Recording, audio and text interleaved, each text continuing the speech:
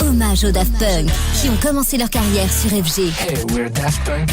Il y a 20 ans, le 13 mars 2001, le duo sortait Discovery, leur deuxième album, qui marquera une vraie consécration du duo. Après l'aventure Homework, les Daft Punk défendaient déjà une certaine vision des musiques électroniques, héritière des rave parties et en même temps innovante, ouverte à toutes les sonorités. Ils étaient donc venus en 2001 pour parler de cet album avec Jean-Yves Leloup et moi-même, et c'est cette interview que je vous propose de réécouter tout de suite. Retour dans le temps, on remonte la time machine, on est en 2001 pour la sortie de Discovery.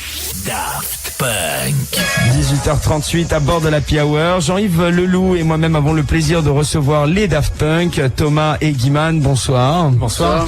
Alors Jean-Yves, je te laisse. Bonsoir les garçons. Oui. Bonsoir les garçons. Alors je crois qu'on les reçoit pour un album qui vient de sortir. Voilà, il y a un album qui s'appelle Discovery qui est sorti, je crois avec un certain succès il y a tout juste 10 jours, en même temps que bien sûr le Daft Club, ce sorte de site web réservé aux acheteurs du CD. Beau succès, donc 1 million semble-t-il, 1 million de précommandes de l'album dans le monde entier. Normal quand on sait que 2 millions de copies de Homework avaient été vendues à l'époque et que One More Time a été un de leurs grands succès aussi. Je crois que c'est, je regarde mes notes, 800 000 dans le monde et 400 000 en France à peu près. Enfin, ça a été les derniers chiffres il y a quelques semaines, il y a quelques mois. Enfin, tout ça, ce sont des chiffres. Discovery, c'est un album qui est un petit peu décrit par les Daft comme un album électronique aux résonances pop et pas un simple album pop, et puis comme une suite de titres un petit peu naïfs, utopiques, qui célèbrent le côté joyeux et surtout très instantané de la musique. Et pour nous, je dirais que c'est un album vraiment euphorique. C'est un album de deux garçons qui sont heureux. D'ailleurs, ils sont hyper contents d'être avec nous, ça se voit. Et voilà. Alors moi, ce qui est assez drôle, c'est que donc le premier album était sorti en 97. Tout à l'heure, en cherchant dans mes notes, souvent des gens pensent que ils ont rien foutu entre 97 et 2001. Et quand on regarde ce qui s'est passé entre 94, les premiers singles sortis sur Soma, et aujourd'hui, les mecs, vous avez vraiment pas arrêté entre les clips, le lancement du Daft Club, le DVD, vos labels personnels, Cris d'amour, roulés, scratchés, des collaborations, des remixes. Enfin, je veux dire, c'est un rythme assez effréné. En fait, vous n'avez jamais arrêté de travailler depuis 1994, on peut le dire. On peut le dire. Je pense que en fait, c'est vrai que on s'est un peu arrêté pour faire ce disque à sortir des choses entre 94 et 97. Il y a beaucoup de disques, beaucoup de remixes, beaucoup de choses qui sont sorties de façon assez régulière. Et c'est vrai que Guy Manuel a continué à sortir des disques sur Cris d'amour, mais en 99 et 2000. On s'est vraiment concentré dans le studio pour faire le disque. Ouais. Est-ce qu'on peut faire un premier bilan de la sortie de l'album? Est-ce que ça marche bien? On va pas faire que de l'économie aujourd'hui, mais est-ce que ça se passe c'est bien? Des chiffres, hein, mais ça marche bien. Ouais. Disons que je pense que jusqu'à maintenant on se plaint pas, c'est tout. Mais nous on est très fiers et très très très heureux de pouvoir partager ce disque maintenant qu'il est terminé. Maintenant, c'est bien de voir qu'il y a des gens qui sont curieux et qui peuvent vouloir l'acheter ou pas, ou le prendre sur Napster ou pas, je pense qu'ils veulent.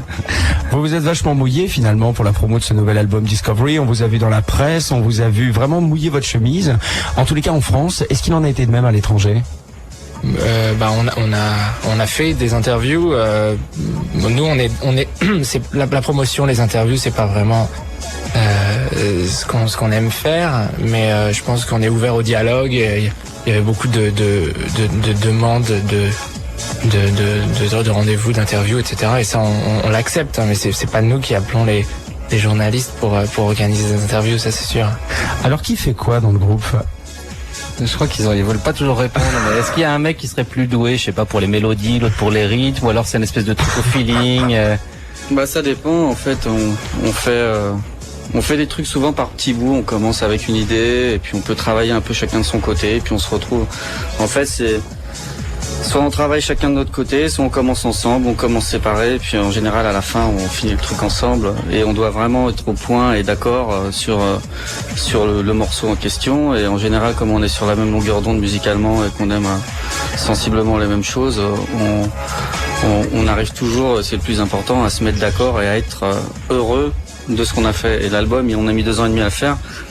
parce que on voulait vraiment prendre le temps d'être satisfait et pas sortir un truc et après avoir des regrets ou quoi que ce soit. On n'en a pas eu sur Homework et on a fait la même méthode pour Discovery, c'est prendre le temps et être vraiment sûr de ce qu'on aime et savoir si on a réussi à le faire, quoi. Ouais, ça veut dire que vous êtes quand même assez perfectionniste, mais alors il faut aussi garder, je dirais, l'énergie brute de la house, de la techno, des morceaux faits rapidement aussi. Il faut savoir composer entre ces deux éléments. Ouais, mais faut. Je pense qu'il n'y a pas une méthode qui est la bonne. C'est vrai qu'on a vraiment des morceaux qu'on a fait en 2 heures et des morceaux qu'on a fait en 2 mois, quoi. Mais nous, on n'est pas pour le minimalisme ou pour un truc plus épuré ou plutôt un truc riche ou à l'opposé. On passe pas d'un extrême à l'autre, mais on a la volonté de penser que la house music c'est un état d'esprit et c'est avant tout vraiment une ouverture d'esprit et c'est synonyme de tolérance quand même musicale. Et c'est pas justement être plus dans un style de musique que dans un autre, mais vraiment apprécier beaucoup de choses. Et nous sommes toujours dans la Pierroire avec Thomas et Guy-Man, donc les 2 membres des Daft Punk, à l'occasion de la sortie de Discovery. Bien sûr, alors on vous a fait beaucoup parler à droite à gauche, mais je pense qu'on n'a pas assez parlé. Il y a quand même quelques grands artistes qui travaillent avec vous sur cet album, des Américains, Todd Edwards, Rom Anthony et puis DJ Sneak, 3 blacks américains. Comment ça se passe? Todd Edwards, il est blanc, italien. Il est blanc. Ah oui, mais il a un côté un petit peu métis. Ouais. C'est son côté latin lover. Il a un côté métis peut-être dans la musique, mais il est italo. C'est vrai que c'est pas le même poids que DJ Sneak, c'est de 2 poids de mesure. Ouais, non, c'est vrai. Non. Quoique ça se rapproche de DJ Sneak. Alors, qu'est-ce qui vous a séduit et ému et intéressé chez ces artistes? Et après, comment ça s'est passé? Ils viennent chez vous en studio, comment ça se passe, quoi? On remplit un bon de formulaire de collaboration. En fait. Non, je pense que ça commence avec la musique et quand on a commencé vraiment à s'intéresser à la house et au rave, à sortir en soirée, on a commencé à acheter des disques et pas les premiers trucs parce qu'au début on achetait un peu n'importe quoi, on essayait de trouver vraiment ce qu'on aimait. Mais quand on a écouté Todd Edwards et Sneak et Rom Anthony ou Dave Clark ou plein de trucs comme ça qui étaient assez différents et qui avaient assez d'impact à l'époque, ça nous a tout de suite plu et notamment le côté soul et émotion de Todd Edwards, vraiment profondément, de Rom Anthony aussi. Sneak, c'était plutôt le côté house, mais là sur l'album il a écrit une chanson, donc on a travaillé avec lui différemment. Mais c'était vraiment le côté musical et le fait que c'était pas des idoles, pas au point d'être des idoles, mais vraiment des gens qu'on a adoré dès le début qu'on a entendu leur musique, en fait. On est devenus amis ensuite avec eux et c'est vrai qu'on avait la volonté de travailler avec eux depuis longtemps. Todd Edwards, on l'avait rencontré à l'époque de Homework. Rom Anthony, on l'avait pas rencontré, mais il y a 1 ou 2 morceaux sur Homework, on aurait bien voulu qu'il chante dessus. Ça s'était pas fait et ça nous a fait plaisir de finalement rester sur ces idées et de finalement travailler avec eux. Et Rom Anthony, justement, ça se passe comment en studio avec lui, parce que c'était un personnage un peu mystérieux qui se livre pas toujours. Après, c'est quoi? C'est quelqu'un qui improvise au micro, qui a cet esprit très soul afro-américain. C'est un bon interprète. Enfin, en plus d'être un bon producteur et un bon auteur-compositeur, c'est un vachement bon chanteur et c'est vrai que il est assez professionnel dans le sens où on a enregistré pas beaucoup de temps de prise et c'était là, quoi. Alors on a l'impression que l'idée de groupe, de tribu, de possi est très très importante. Qui travaille au quotidien auprès de vous? Qui travaille au quotidien auprès de nous? Il y a une équipe de personnes depuis maintenant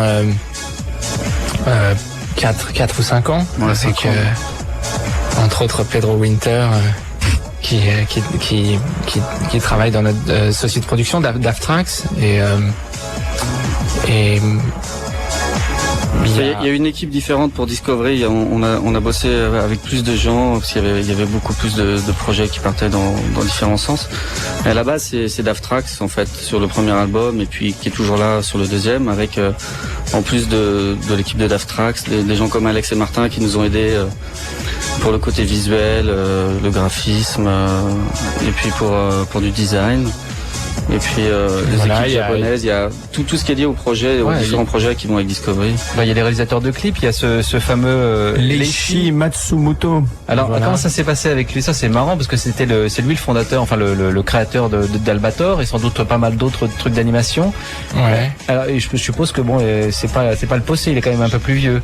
Ouais, il a presque 70, ouais, mais il est cool. Ouais, ça l'a amusé, c'était une demande peut-être un peu étrange. C'était une demande étrange. Nous, c'est vrai que on avait la volonté depuis longtemps de faire un clip en dessin animé et on a eu cette idée de le faire là-bas avec en se disant ouais à qui on pourrait demander ça. Et en fait, c'est une super grande star là-bas et ça, on savait pas du tout quoi. Ouais. Donc on a appelé des contacts qu'on avait un peu à Tokyo en disant voilà, on aimerait bien trouver une boîte des jeunes ou qui font de l'animation, un peu une sorte de copie de Matsumoto un peu.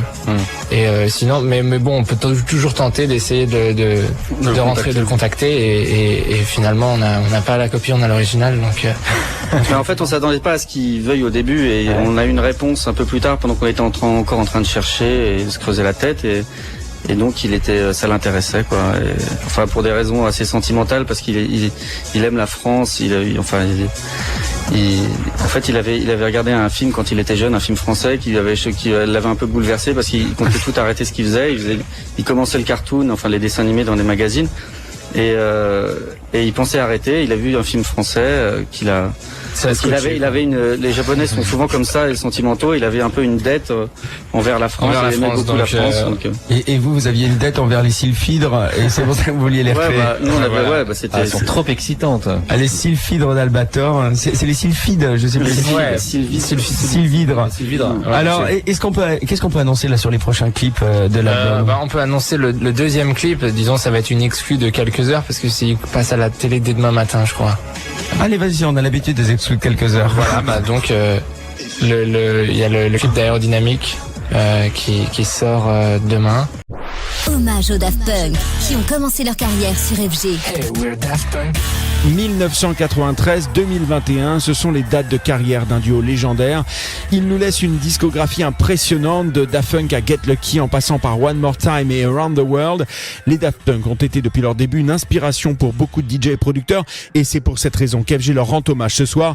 L'occasion de revenir sur l'histoire commune entre le duo casqué et Radio FG où ils ont décroché une résidence dès 1995. J'ai eu la chance de voir leur carrière évoluer au fil de mes interviews avec eux et ce sont ces moments privilégiés et chanceux qu'on voulait vous faire partager ce soir. Des interviews faites en 2001 pour la sortie de Discovery, puis en 2003 pour celle d'Interstellar 5555 et enfin en 2007 pendant leur tournée Alive, une soirée en musique avec aussi la rediffusion d'un Selectorama Daft Punk, 1 heure de son exclusif sélectionné par les Daft pour Radio FG en 2007. On commence cette émission spéciale avec une interview donnée en 2007. Un an avant, il donnait un concert événement au festival Coachella, un retour en force qui va conduire le duo à reprendre les routes pour défendre son 3e album Human After All. Le nom de la tournée, Alive 2007. Ils passeront par Paris et c'est FG qu'ils ont choisi pour cette interview exclusive que je vous propose de revivre. Daft Punk. Et ce soir, nous avons le plaisir de recevoir le duo star Daft Punk, Thomas Guiman. Ils sont à nos côtés. Bonsoir à tous les deux. Bonsoir. Bienvenue sur FG. Aujourd'hui, vous êtes là déjà pour le plaisir, parce que c'est très régulièrement qu'on a le plaisir de vous accueillir sur FG. Ça fait déjà un bail, puisque on se souvient, et on le disait tout à l'heure en antenne, dès 95, vous aviez eu votre première résidence hebdomadaire. C'était le vendredi midi à l'époque, je m'en souviens. Vous sortez aujourd'hui un album live, Alive 2007, enregistré lors d'un de vos concerts à Bercy. Qu'est-ce que vous pouvez nous en dire? C'était un concert particulier, pour ne pas dire extraordinaire. Qu'est-ce que vous pouvez nous dire déjà de ce concert, des souvenirs et puis aussi de la façon dont vous l'avez préparé?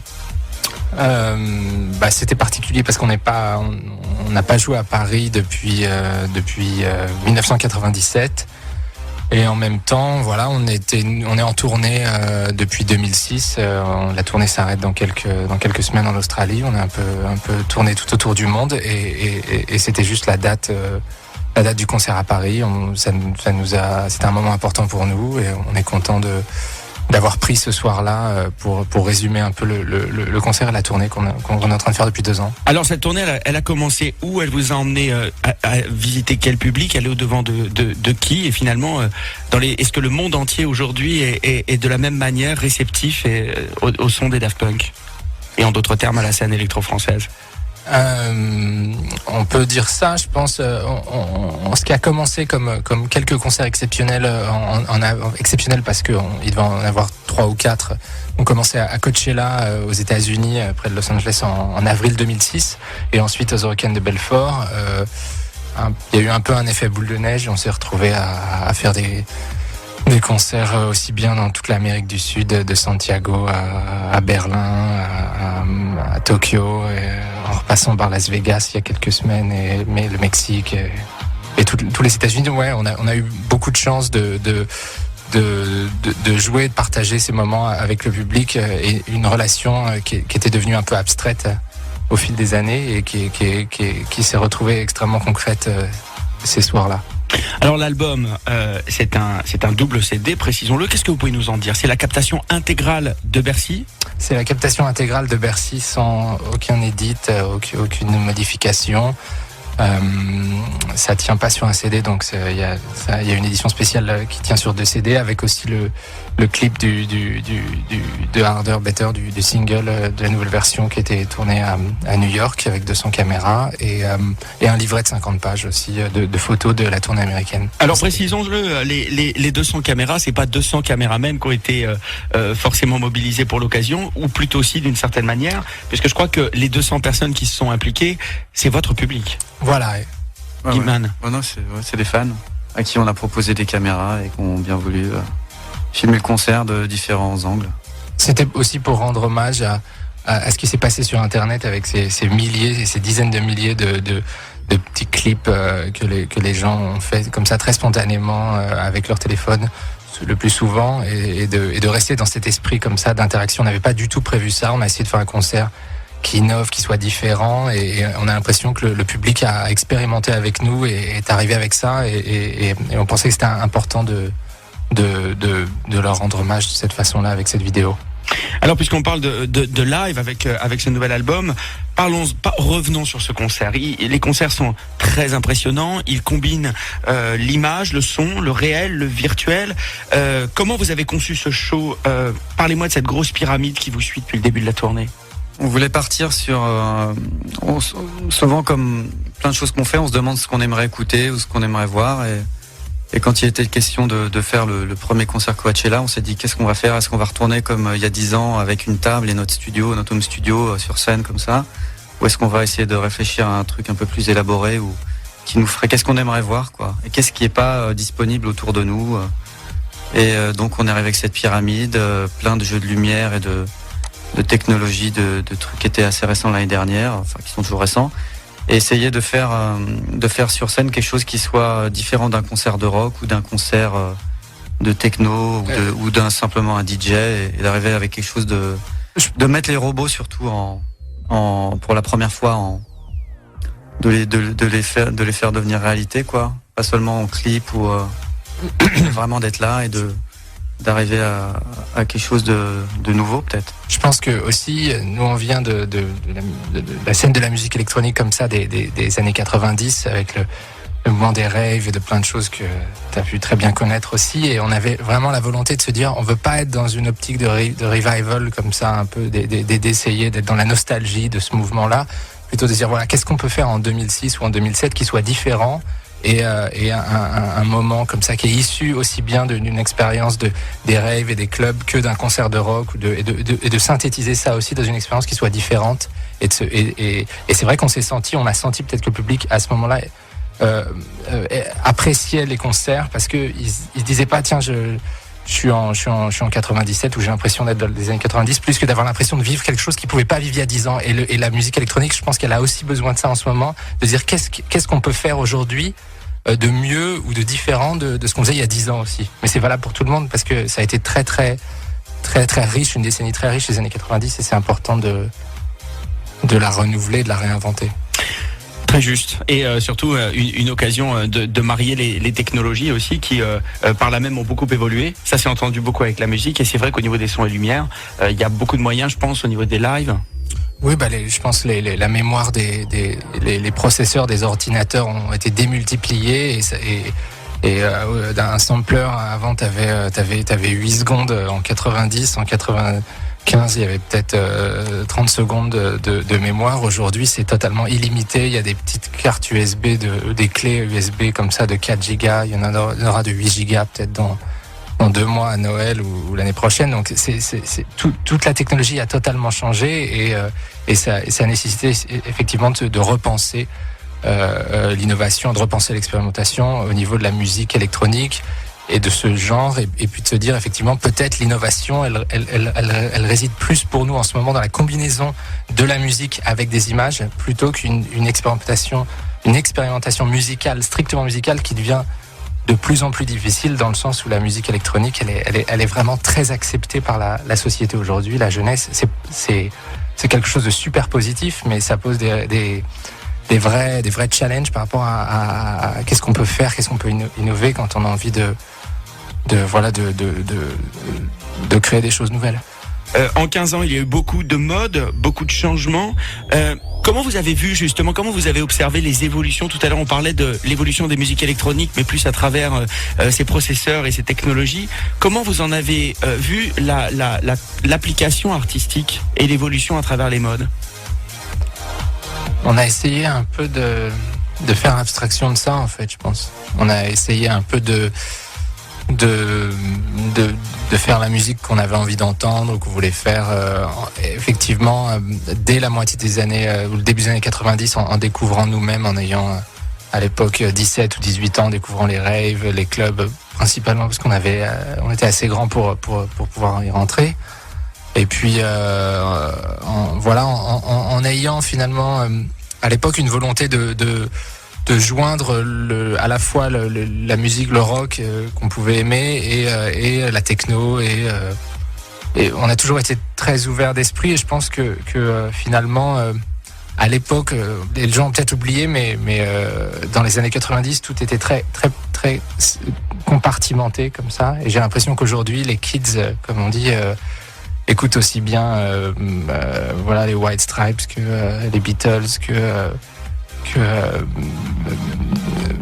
Kraftwerk ou Justice ou Justin Timberlake et Stevie Wonder, quoi. Donc c'est vraiment, pour nous, ça a toujours été une volonté comme ça de faire la musique qu'on veut et d'essayer de pas être enfermé dans une catégorie. Donc c'est vrai qu'il y a eu la French Touch, l'électro-clash,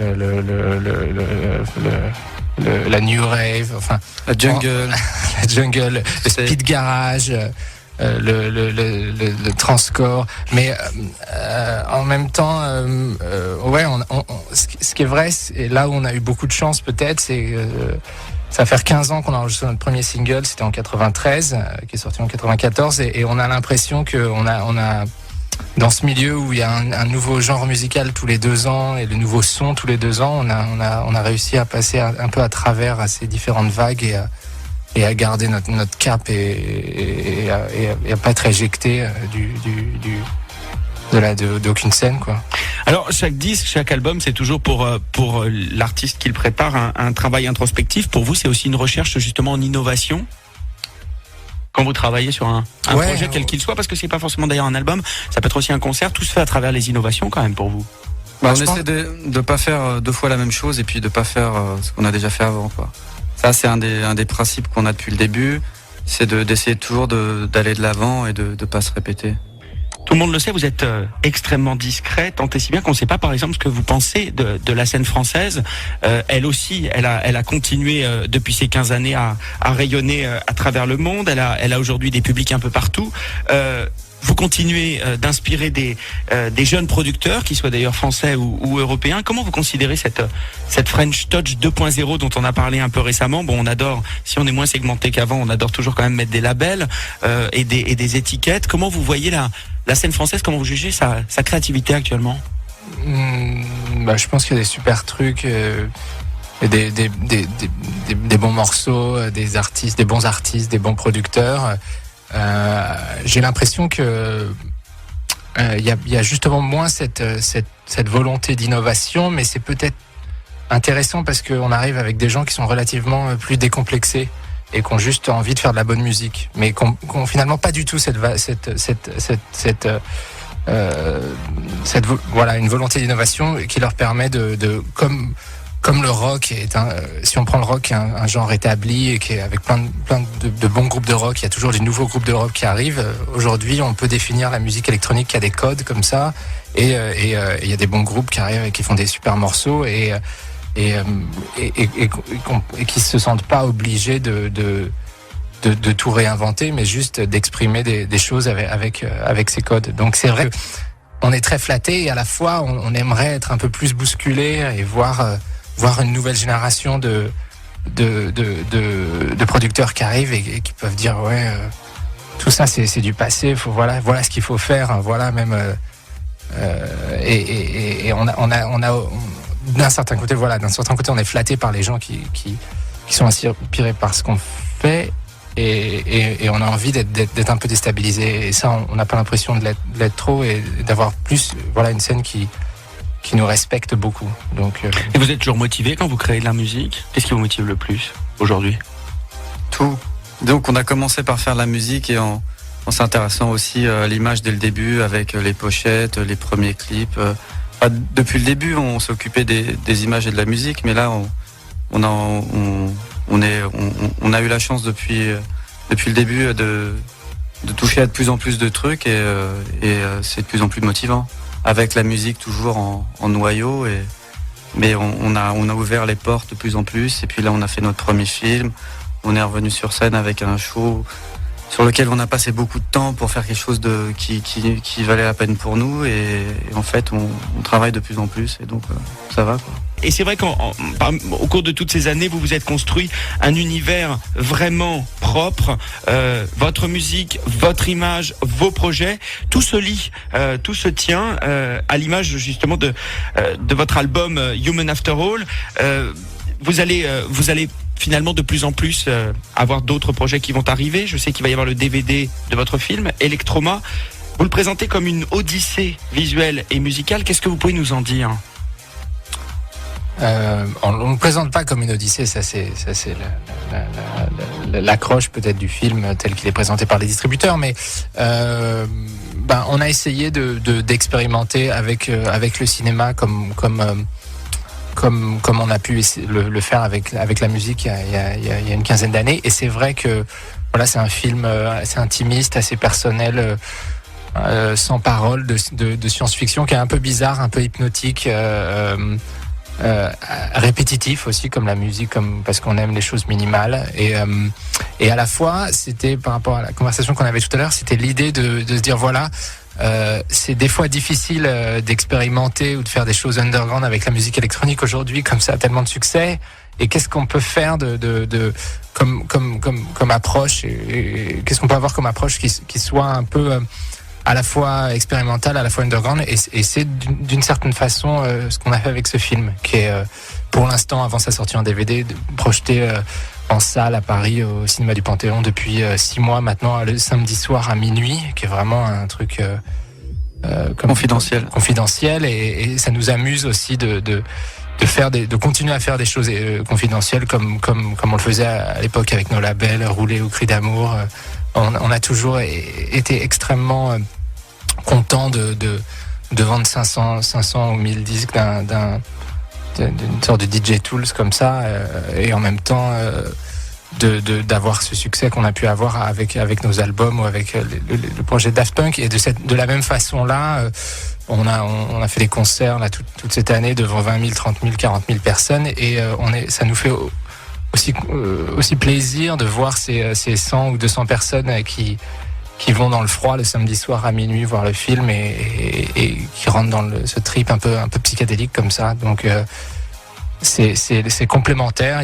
C'est pas notre musique, c'est juste notre sensibilité visuelle et une volonté pour nous de nous exprimer en tant qu'artistes avec plusieurs moyens d'expression. D'ailleurs, c'est Electroma, ce film, à l'image de votre album Human After All, revient sur les robots, sur les machines, sur la technologie. C'est une réflexion quasi philosophique, quasi symbolique que vous avez autour de ces androïdes, de ces robots, de ces machines. Oui, disons que la technologie nous fascine, sans doute parce que on est un peu dépendant d'elle. Je pense pas qu'on aurait pu faire grand chose sans la technologie. En même temps, elle nous fait peur un peu, comme n'importe quelle dépendance. C'est pas agréable d'être dépendant de quelque chose, et c'est vrai que la technologie prend en plus dans la société, dans la vie de tous les jours, de plus en plus de place depuis 15 ans, mais même depuis tout le temps. Et voilà, on dit pas que c'est bien ou c'est pas bien, mais c'est vrai que c'est quelque chose qui nous touche, et la technologie est vraiment centrale dans notre processus créatif. Et comme pour beaucoup de musiciens et de gens issus comme ça de cette scène électronique, le mot électronique veut bien dire ce que ça veut dire. C'est presque de la musique technologique d'une certaine façon. Alors toujours est-il que c'est votre premier film de science-fiction, premier film tout court. Hein. Oui, premier film tout court aussi. La vidéo, c'est un univers qui vous a toujours inspiré au demeurant. C'est vrai qu'avec vos vidéos dès le départ, vos clips, dès le départ, la vidéo était une des colonnes vertébrales de tout votre travail. C'est un domaine dans lequel vous allez récidiver, vous allez vous affirmer sur d'autres projets à venir. Est-ce qu'au niveau de la vidéo, au niveau des vidéos, on a fait le plus qu'on ait fait, c'est sur Human After All, justement. On a fait toutes les vidéos, et on a vraiment, là, on s'est vraiment penché dessus pendant un moment avant Electroma. Pour le futur, on sait pas encore. On a encore envie de faire des images et de la musique. Les vidéos, c'est sûr que t'as vraiment le côté musical et la dynamique de la musique avec l'image. On l'a fait il y a pas très longtemps, on le refera peut-être, mais on est content d'essayer de combiner différents moyens. Donc ça pourrait être encore une autre combinaison que la vidéo. Comme tu l'as dit tout à l'heure aussi, on a essayé de créer un univers, une esthétique qui nous est propre, et aujourd'hui on a envie de continuer à développer, à étendre ce mini univers comme ça, aussi bien musicalement que visuellement, en utilisant comme ça des nouvelles technologies ou des technologies plus anciennes, et voilà, et continuer un peu à aller dans toutes ces directions, parce que je pense que c'est ce qui nous intéresse, et c'est peut-être ce qu'on validait notre public là toutes ces dernières années, où en comprenant qu'on n'est pas juste des musiciens, mais qu'on essaye de créer comme ça quelque chose d'un peu plus global, qui part un peu dans tous les sens, mais qui est personnel. Je voulais qu'on consacre aussi la dernière partie de l'interview à vos projets de production. Tout d'abord, est-ce que vous allez intervenir sur des singles, des ovnis, des DJ tracks, comme tu le disais tout à l'heure, ou sur vos labels respectifs, on peut de temps en temps voir un remix de l'un ou un de vos artistes, un des artistes que vous lancez. Comment vous allez musicalement intervenir en 2008? Je crois que le premier projet, on termine la tournée là, un peu avant Noël, donc on part au Japon, en Australie, et on achève comme ça cette tournée qui nous a occupés depuis début 2006. Le premier projet le plus concret qu'on peut évoquer, ça concerne plus Guy Manuel, mais c'est l'album de Sébastien Tellier que Guy Manuel a produit. Il sort en février, je crois. Début février, ça devait être janvier, mais je crois que c'est début février. Ouais. Tu l'as intégralement produit? Ouais, on était une petite équipe avec lui et puis Rico avec qui on fait Cri d'amour, et Romain. Donc sur ton label en fait? Non, pas sur mon label, sur Record Makers, le label de Sébastien. Ils m'ont appelé il y a quelques mois et ils m'ont demandé si je voulais produire l'album. On a déjà toutes les informations. Sexual Sportswear, voilà, Sébastien Tellier. Et voilà, donc ça c'est du concret, c'est fini, c'est prêt. Et puis nous, Thomas et moi, une fois la tournée terminée, on a plein d'idées, de projets, de choses à commencer à travailler. On repart un peu dans notre laboratoire après cette tournée, et il y a différentes pistes. En fait, il y a rien de totalement concrétisé en ce moment, mais différentes pistes de projets qui soient plutôt musicaux ou multimédia, ou des projets d'image, et je pense qu'on a été très très encouragés, et on a reçu énormément l'énergie du public et des gens qui nous ont vus pendant toute cette tournée, et ça nous donne assez d'énergie pour replonger et faire des nouvelles choses. Au niveau des remixes, c'est assez intéressant parce que vous avez davantage fait l'objet de réédits et de remixes de vos productions. Je pense à des grands artistes comme Kanye West et will.i.am que vous-même n'avez remixé d'artistes.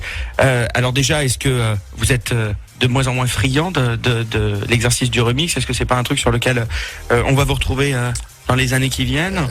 Ça vous éclate pas? Ça nous a jamais. Quand on fait des choses, on doit obligatoirement faire des priorités. C'est un peu bête, mais je pense qu'il y a plein de choses qui nous éclatent et on a fait des remixes, on a fait quelques-uns, mais c'est vrai que c'est pas dans notre priorité. Donc on essaye de faire voilà, c'est numéro 8 dans notre top list priorité. Alors ça c'est top 8. En revanche, je pense que vous êtes top 1 de la priorité de grands artistes internationaux, hein. Kanye West et will.i.am, pour eux vous êtes top 1. Ils vous ont ils sont plutôt quand même appréciés vos productions. Est-ce que le fait d'intervenir comme ça sur alors par personne interposée, j'allais dire, parce que là c'est eux qui vous revisitent, vous impliquez sur la production de grands américains? Toi Thomas qui est aussi entre Paris et Los Angeles, est-ce que on dit toujours que Los Angeles c'est quand même la capitale de l'entertainment, aussi du hip-hop, de la musique? Est-ce que tu as eu l'occasion de rencontrer des grands producteurs de hip-hop ou internationaux avec lesquels tu aurais envie de faire des choses? Pas vraiment, disons. Ouais, on a toujours été plus ou moins approchés par des artistes. Il y a des collaborations qui se sont pas faites des fois parce que c'était des problèmes de planning où on travaillait sur notre album ou sur la tournée. Voilà. Après, il y a des gens, il y a, je sais pas. Des gens, des producteurs, voilà, Kanye West qui est venu nous voir en tournée à Chicago cet été et pas mal de gens qui sont intéressés peut-être de plus en plus aussi dans le hip-hop, mais il n'y a rien de concret pour l'instant. Je pense qu'on a la volonté de faire notre propre truc et des fois de collaborer avec des artistes, peut-être ça nous intéresse, c'est ce qu'on aimerait faire dans le futur, mais pour l'instant ça s'est pas encore fait. Thomas et Guy-Man, revenons-en à la tournée qui va se poursuivre encore en décembre avec encore quelques petites dates, je sais, au Japon, en Australie, des pays qui sont très réactifs au son français. Alors en général, quel accueil avez-vous observé de la part des différents publics? Comment les gens réagissent-ils quand ils assistent comme ça à un concert des Daft? Ils ont l'air contents. Ils réagissent bien. Ouais, super. Il y a des pays comme ça où vous sentez qu'il y a vraiment une fusion entre votre style? Partout, franchement, dès le premier concert où on savait vraiment pas à quoi s'attendre à Coachella, où on était complètement stressé, on arrivait avec tout ce show qu'on avait bossé, mais on arrive en robot dans une pyramide, on flippait un peu de ce que ça allait donner. En fait, à partir de là, tout s'est déroulé hyper bien et à chaque fois le public, que ça soit en Argentine où ils sont vraiment ambiance foot à chanter, ou que ça soit partout, les gens vraiment donnent l'impression d'être vraiment au maximum de leur pêche, quoi. Je pense que c'est vrai qu'ils réagissent différemment selon les pays, mais on a l'impression qu'ils sont au maximum de leurs possibilités.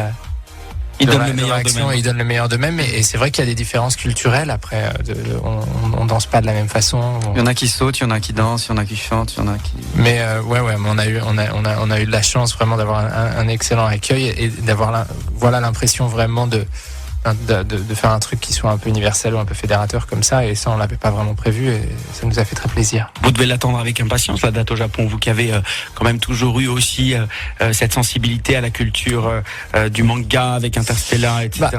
On l'attend, mais c'est un peu un rappel en fait, parce que c'est finalement le seul pays où on retourne. On a joué l'été dernier et le spectacle a un peu changé, il est un peu plus long, il y a des nouvelles choses, mais c'est vrai que ça nous fait plaisir. On joue 2 soirs à Tokyo. Et c'est symboliquement, c'est avec tous les voyages, tout le travail qu'on a fait avec Interstellar, et ça nous fait vraiment plaisir d'avoir cette reconnaissance du public japonais. C'est pas plus difficile quand on est un artiste électro? Hommage aux Daft Punk qui ont commencé leur carrière sur FG. Hey, we're Daft Punk. C'était l'émission spéciale Daft Punk sur Radio FG. Ce duo légendaire de la French Touch a annoncé lundi sa séparation dans une vidéo postée sur leur chaîne YouTube et nommée Épilogue. Une nouvelle qui a ému le monde entier. Depuis, les plus grands artistes du monde ont réagi. On se devait, nous aussi, de leur rendre hommage. La relation entre les Daft Punk et FG a toujours été privilégiée. Ils ont été DJ résidents sur FG au début de leur carrière en 1995. Depuis cette date, nous avons eu la chance de les connaître, de les voir grandir, de les voir devenir des légendes des musiques électroniques. Et on termine avec une surprise. En 2013, les Daft Punk sortent Get Lucky. Ils m'accordent une interview exclusive rue de Rivoli, non pas dans les studios de Radio FG, mais dans un grand palace parisien. Je passe une demi-heure avec eux. Et pour finir en beauté cette émission, eh bien, je vous propose qu'on s'écoute tout de suite l'interview des Daft Punk à l'occasion de la sortie de l'album Random Access Memories. Merci à vous et surtout, merci les Daft Punk. Hommage aux Daft Punk qui ont commencé leur carrière sur FG. Hey, we're Daft Punk. Oh les garçons, des années d'absence, et pourtant on a toujours eu un lien avec vous. Un titre dans une pub, un bon classique qu'on se rejoue sur FG, à la maison, entre potes, façon Madeleine de Proust. Est-ce que vous êtes déjà posé la question justement de savoir pourquoi il y avait un tel lien qui vous unissait avec le public et pourquoi ce lien était aussi solide ? Je pense qu'on s'est posé la question, mais qu'on n'a pas du tout de réponse en fait. Donc on a l'impression effectivement d'avoir eu énormément de chance. On a l'impression d'avoir peut-être été là au bon endroit, au bon moment, voilà, au milieu des années 90 comme ça, et qu'il y a une connexion qui s'est faite, mais de comprendre pourquoi et comment ce lien il a duré. La seule piste de réponse qu'on pourrait avoir, c'est de se dire que les disques qu'on a faits ont pris comme ça une place importante chez les gens, et que les gens ont continué à les écouter des mois et des années après leur sortie, et que de cette façon-là, ça a entretenu ce lien, mais sinon, effectivement, ça reste un mystère un peu, en fait, pour nous. Alors certains ont jugé l'album surprenant, un peu hors du temps. Moi je pense qu'il est plus en avance sur son temps. Est-ce que vous vouliez, après des années justement de musique produite exclusivement avec des ordis et des boîtes à rythme, justement montrer qu'on peut revenir à une musique plus charnelle et plus riche ? En fait, nous, on n'a pas vraiment fait en tout cas, en ce qui nous concerne, on n'a pas vraiment fait de musique avec des ordis. On était vraiment la génération d'avant, où on a fait, que ce soit les morceaux de Homework et de Discovery, c'était vraiment fait avec des boîtes à rythme et des synthés et des samplers, mais vraiment presque enregistré en live. Un morceau comme Rolling and Scratching, c'était presque du live enregistré voilà, en une après-midi comme ça.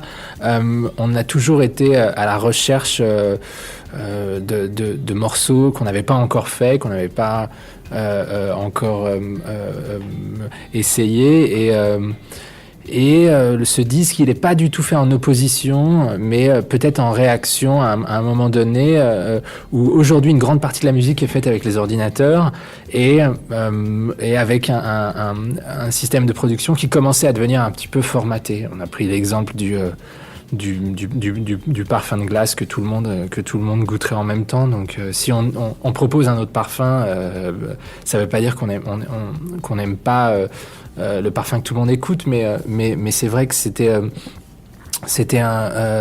on voulait essayer de se dire, voilà, est-ce qu'on peut faire de la musique de danse et de la pop musique avec une batterie à la place d'une boîte à rythme, par exemple, ce qui est pas du tout fait aujourd'hui. C'était aussi une façon d'être différent, c'était aussi une façon d'essayer quelque chose de différent. Beaucoup de producteurs ont été inspirés par nos disques, ont été inspirés par la musique qu'on a pu faire il y a 10 ou 15 ans. On n'avait pas envie de faire la même chose non plus. Donc on est parti sur cette piste pour ce disque. Alors l'album, c'est des collaborations qui sont hallucinantes, pas uniquement sur les noms d'ailleurs, hein, les talents des artistes concernés, mais aussi sur quelque part les générations qui se rencontrent, qui sont différentes, l'approche de la musique qui l'est aussi, entre un Pharrell Williams et un Nile Rodgers par exemple. Est-ce que là aussi c'est une approche à contre-courant, c'est-à-dire de vouloir être le trait d'union entre des artistes et des générations d'artistes ? c'est très spontané tout ce qu'on fait, donc on réfléchit pas vraiment tant à ça. Il y a effectivement l'idée de se dire waouh, Nile il a fait danser les gens dans les 70s, dans les années 80, Pharrell et nous on a réussi un peu à faire danser les gens dans les années 90 et les années 2000. C'est amusant de se dire on va faire de la musique tous les quatre pour les années 2010 et de se dire donc il y a vraiment ce côté de s'amuser et du travail d'équipe et d'un truc de l'union fait la force, un peu recentrons-nous sur les essentiels et puis essayons d'imaginer ou de réinventer ou de ce que peut être aussi ce qu'a pu être et ce que pourra être, ce que peut être le dance floor. Et à un moment donné où la musique aujourd'hui sur le dance floor elle est très énergique, elle est très agressive, c'est une stimulation réellement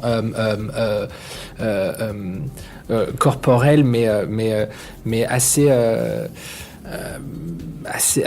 monochrome dans le sens où elle est un peu dans la même direction. On avait envie de se dire il y a des façons aussi peut-être d'aller sur le dance floor et de retrouver aussi différents types d'énergie qui peuvent être un peu plus sensuelle ou un peu plus charnelle ou où on peut danser ensemble pas de façon forcément si énergétique que ça. Donc c'était et l'idée de la transmission au niveau des générations, c'est vrai que se dire voilà c'est cool de présenter le jeu des musiciens, le travail des musiciens ou certains aspects qu'on a pu avoir dans des disques disco nouvelle génération parce que ça existe aussi et que la variété et l'éclectisme c'est un truc qui nous intéresse et si on peut transmettre un peu ça, pourquoi pas, mais c'est avant tout la musique qu'on voulait écouter, tu vois. Pharrell, Nile, vous les connaissiez avant de bosser avec vous? Ouais, on les connaissait, on avait rencontré Nile il y a à peu près une douzaine d'années à l'occasion de la sortie de Discovery et Pharrell, on l'a pareil rencontré à peu près il y a 10 ans, il avait fait un remix d'Harder, Better. Et on avait aussi fait un morceau pour son groupe N.E.R.D. il y a 2-3 ans qui s'appelait Hypnotize You. Donc on était en contact avec eux. Que ce soit Todd Edwards aussi, avec qui on avait travaillé sur Face to Face, qu'on avait rencontré à Miami dans les années 90, DJ Falcon, Gonzalez, avec qui on est amis depuis longtemps et qui avait fait une reprise de Too Long à l'époque.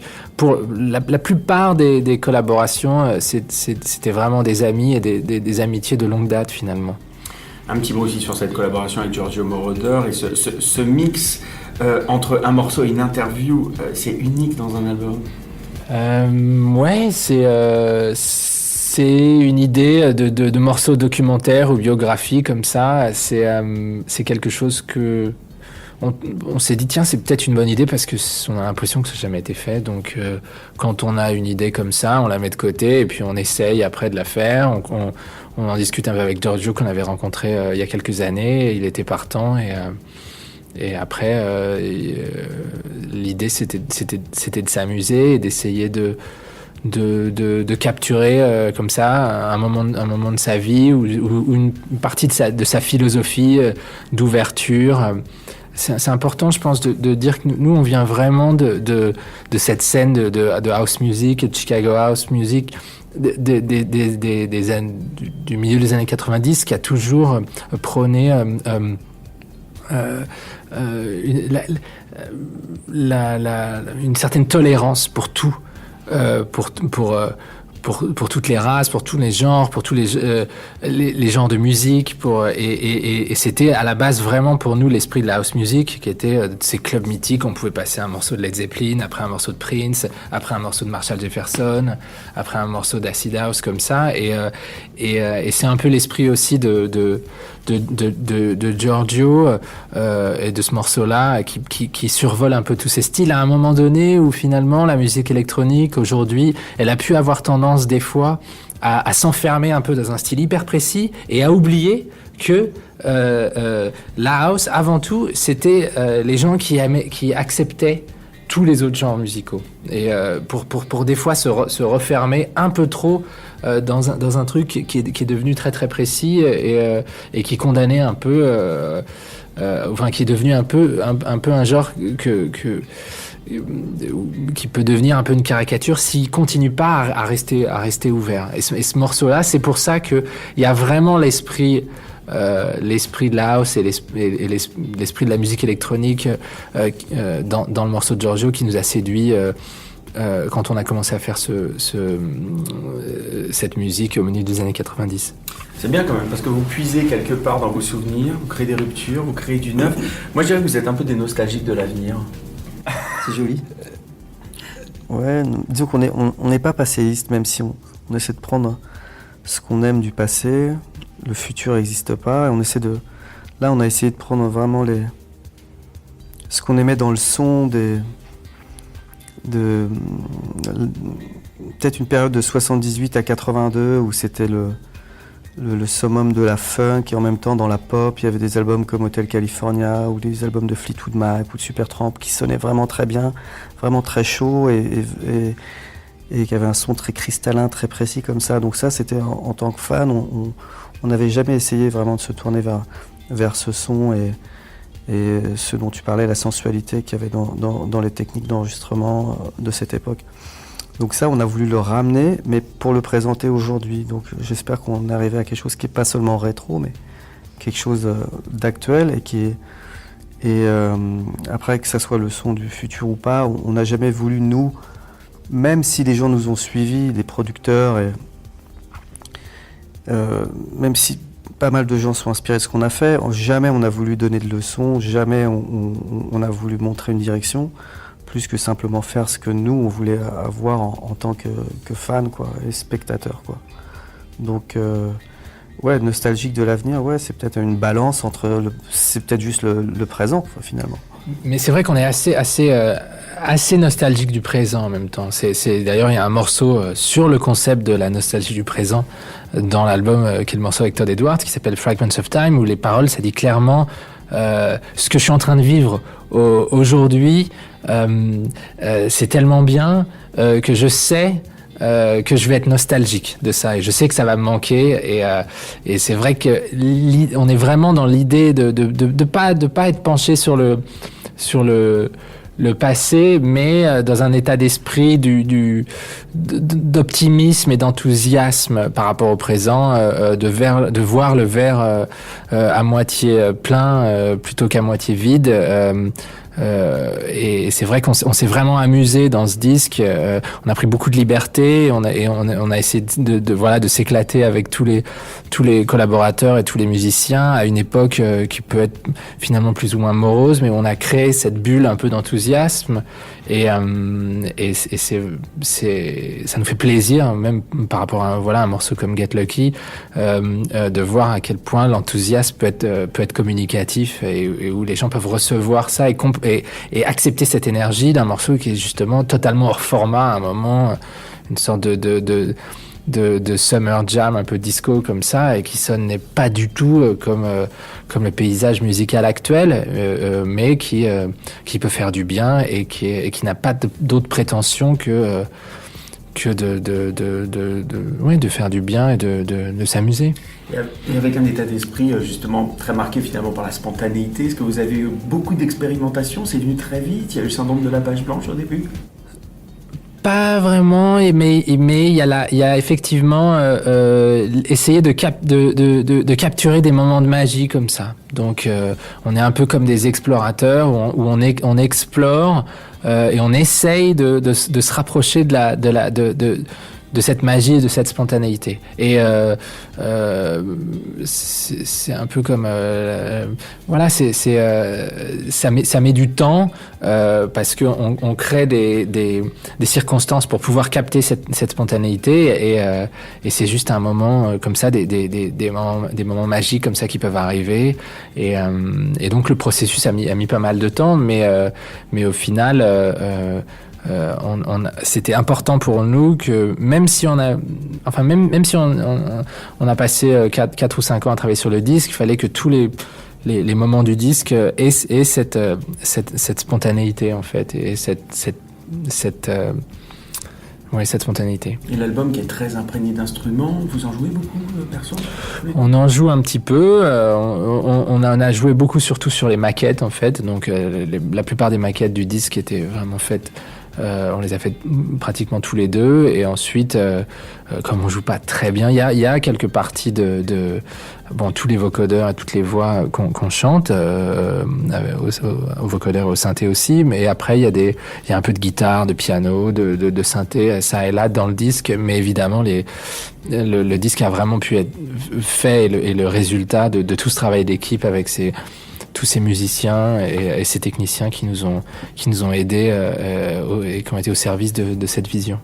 Alors, vous êtes toujours là où on vous attend pas aussi, c'est vrai, vous êtes précurseur d'un son, vous arrivez aujourd'hui avec quelque chose de très organique, de très charnel, très sensuel, novateur aussi sur la technologie. En même temps, finalement, vous boudez Facebook et Twitter. Est-ce que c'est une culture, justement, de cultiver la différence ? Ou alors est-ce que c'est juste, vous faites ce que vous aimez quand vous le sentez et c'est quelque chose toujours de très spontané ? C'est spontané, mais c'est les deux. C'est normal on a toujours été intéressé. En fait, c'est les deux. C'est-à-dire que on fait exactement ce qu'on veut, mais ce qu'on veut, c'est apporter et faire quelque chose de différent. À un moment donné, quand on fait un album comme Homework et le panorama musical au moment de la sortie du disque d'Homework, était réellement différent du contexte musical au moment de Discovery, qui était très différent du contexte musical aujourd'hui. Et finalement, si on prend chaque album, y compris Human After All,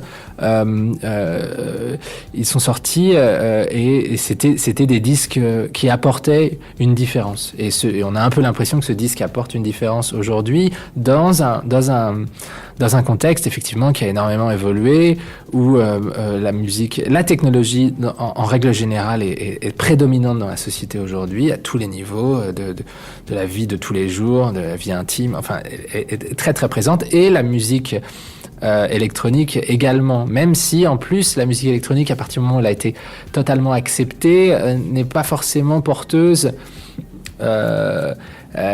des mêmes valeurs de départ dans le contexte dans lequel on a commencé aussi, qui était un souci d'acceptation et de différence, et il y avait un contexte plus répressif et tout ça. Donc comme les choses évoluent, on n'a pas envie ça nous intéresse pas d'essayer de combattre des batailles qui ont déjà été gagnées, et on est toujours à la recherche aussi de cette différence, mais aussi à la recherche d'une certaine ouverture musicale et ouverture d'esprit, et de se dire où est-ce que ça bloque, et l'ouverture, le combat qu'on a pu mener musicalement par rapport à des morceaux comme Revolution 909 ou Rolling and Scratching, à des moments où la musique électronique n'était pas vraiment respectée, et où il n'y avait pas vraiment ce spotlight dessus. Ça peut être le même combat à un moment là où on se dit on peut tout à fait essayer de faire de la dance music avec une batterie. À un moment on se dit non, mais alors ça c'est du mauvais goût, faut forcément faire de la dance avec de la boîte à rythme. Donc c'est pas du tout contre, mais c'est toujours essayer d'écarter des œillères, de nos propres œillères, et puis essayer d'explorer aussi des choses qu'on n'a pas encore explorées. Voilà, il y a peut-être effectivement moins de cette idée d'innovation en fait dans ce disque-là, mais plus que l'idée d'originalité à un moment donné, et dans la musique et dans l'art, le contexte et l'époque est toujours importante. Un disque a pas la même portée selon les époques, et on est à la recherche effectivement aussi d'être sûr de pouvoir sortir de la musique et des disques qui ont un point de vue. Et c'est vrai que nos premiers albums, ils avaient un point de vue. On a l'impression que ce disque-là, il a un point de vue à une époque où il y a pas mal de musique qui n'en a pas forcément beaucoup. Et il y a, on l'a dit, des fois, effectivement aussi une crise un peu identitaire de la pop music et de la dance music, avec ces disques qui se ressemblent des fois, et on essaye de faire des choses qui peuvent avoir une identité, ça peut être compliqué, il faut chercher, voilà. Après, je pense qu'il y a quelque chose qui rentre en ligne de compte aussi. On a commencé, on avait 18 ans quand on a commencé à faire notre premier single. On en a presque 40 aujourd'hui. On n'a pas forcément les mêmes aspirations et les mêmes envies musicales aussi. Mais c'est extraordinaire en même temps, parce que c'est vrai que vous avez commencé au départ avec d'ailleurs une émission hebdo sur FG, je pense que c'était le vendredi à 13h. Ah ouais. À cette époque-là, c'est vrai que tous finalement, on se battait pour la même chose, c'était faire accepter l'ordinateur comme outil de création. Mm-hmm.